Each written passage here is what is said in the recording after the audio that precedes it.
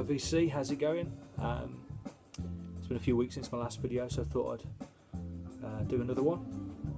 Don't know whether you can hear what I'm listening to, but this is something that I got from Amazon yesterday. The album's called The Universe Smiles Upon You.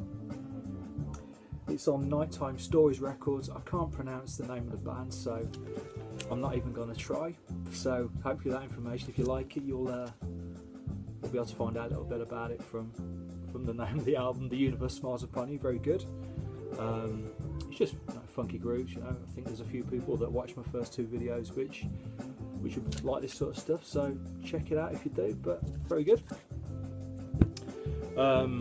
It's been a good couple of weeks. It was my birthday a couple of weeks ago, so it's been busy seeing friends and family. I had a party actually last Saturday. I play in a band, and we had a few bands playing, a few drinks and dancing and all that sort of stuff, and all the good things in life. But it was a really good night. That's a local club.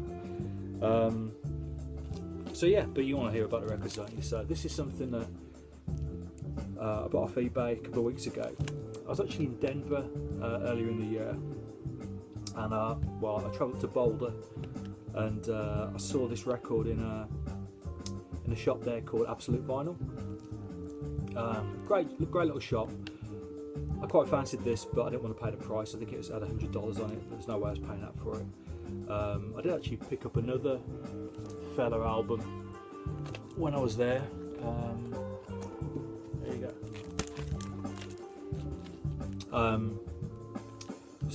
But I didn't pick this one up. I found this one up on eBay. I only paid 25 quid for it, so I was pleased with that.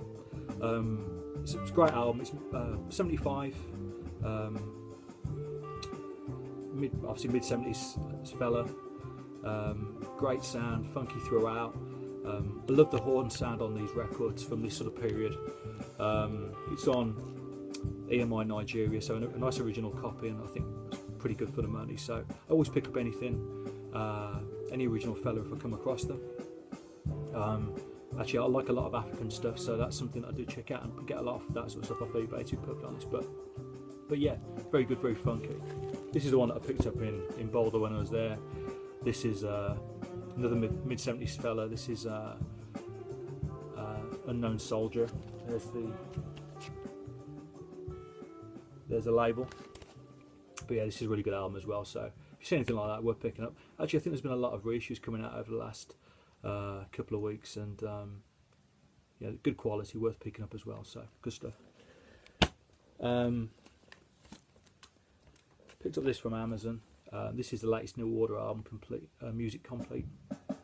I wasn't going to pick this up initially, I must admit. The last couple of New Order albums have been a bit patchy.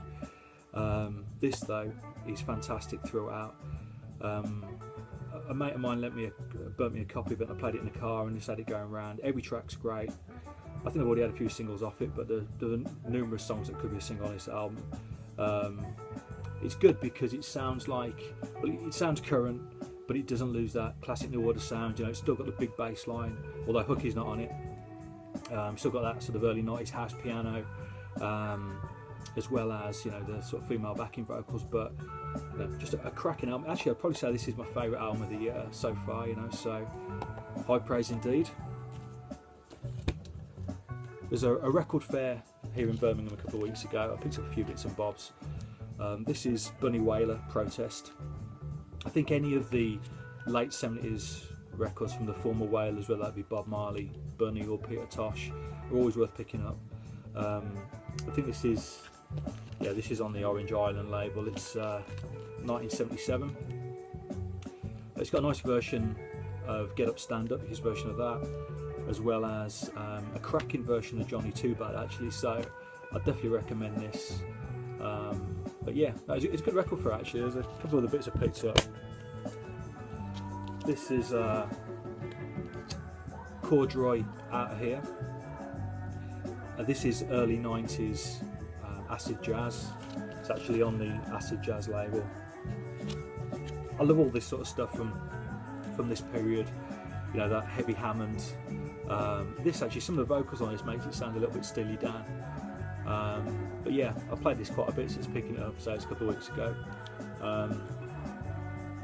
The big single off this was Mini, which is a great song, but you know, the whole thing's worth hearing. So only cost me £5, and I think for 1990s vinyl, that's a good price, you know. So in good nick as well.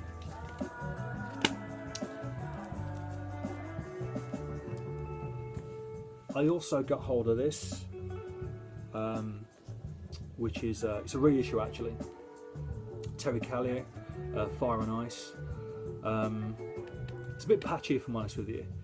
I like his vocal, that sort of soul jazz sound, but some of it's a little bit disco, a little bit trying too hard, if I'm honest, for that time. I think it's 78. It sounds it in places, but the more chilled out stuff, the stuff that he's better known for, is quality, you know. So I'd recommend it. Say it's only cheap, it's only a reissue, but yeah, glad I picked it up. It'll go with the other records I got of his, but not his best, but worth a listen. As I say, it's my birthday. My sister bought me a couple of albums. Ryan Adams Live at Carnegie Hall. This is a single album edition. I know there's a nice 4 vinyl box set, which would be lovely, but this will do for now. I've got a bit of a funny relationship with Ryan Adams because I saw him back in 2000 on the Heartbreaker tour at a local jazz club. Ronnie Scott's in Birmingham. It's closed down now, but undoubtedly is one of the best gigs that I've ever been to. It was a fantastic night. He was fantastic. He was thoroughly charming. Great voice, great songs. Obviously, great guitarist as well. And he just won the crowd over. It was a fantastic night. I saw him a couple of times the following couple of years.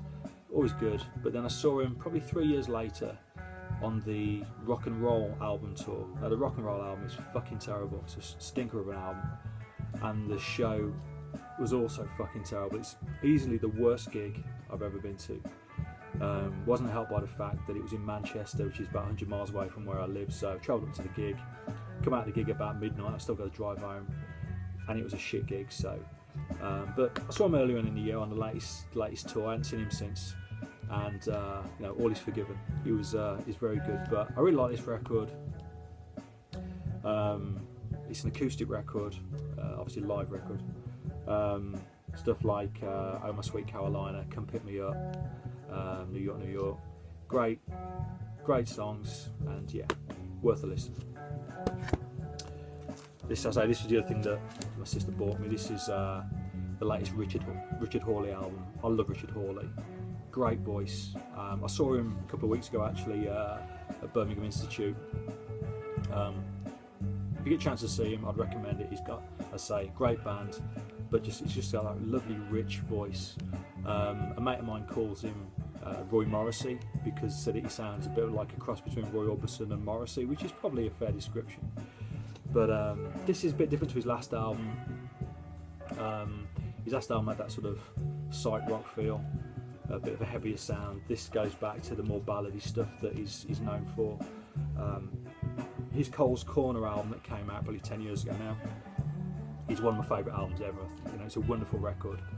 But if you get a chance to see him live, do so. Great. But yeah, worth a listen to this album. A couple more. This will probably make some of you laugh. This is Adam and the Ants, Kings of the Wild Frontier. Now, when I was a kid, I was a massive Adam Ant fan. This was actually the first album that I was probably ever given. Played it to death, and the song still sounds good now. Stuff like Dog Eat Dog, Kings of the Wild Frontier, Ant Music. Yeah, brilliant. I love the story about this actually. That in the late 70s he made punk records. His previous album to this was Dirt Wears White Socks, which is a great record as well. But he's a punk album. He went to Malcolm McLaren and asked him what he needed to do to get a hit single. Malcolm McLaren said, well, if you give me £1,000 I'll tell you. So Adam went away, got his money together, went back to see Malcolm McLaren with his grand, and said, okay, and what's the secret? To which Malcolm McLaren replied, Burundi drumming. Apparently that's the secret for to get a hit single, is Burundi drumming. Well, it was in 1980 anyway. So he went away, got his band together, recorded this album, which was obviously a massive hit. Burundi drumming throughout, and then Malcolm McLaren nicked his band, formed Bow Wow Wow. So there's a lesson to learn there somewhere. But yeah, great album. A lot of you will know it. If you know it, you know. Came with this as well. It's only cheap. I think I paid £7 for it. But it comes with the Ant catalogue as well, which I thought was pretty cool. I'll leave it at that. I've got another stack to show, but I'll perhaps leave it a couple of weeks and make another video then. So hope you're all well, and I'll see you soon. Cheers.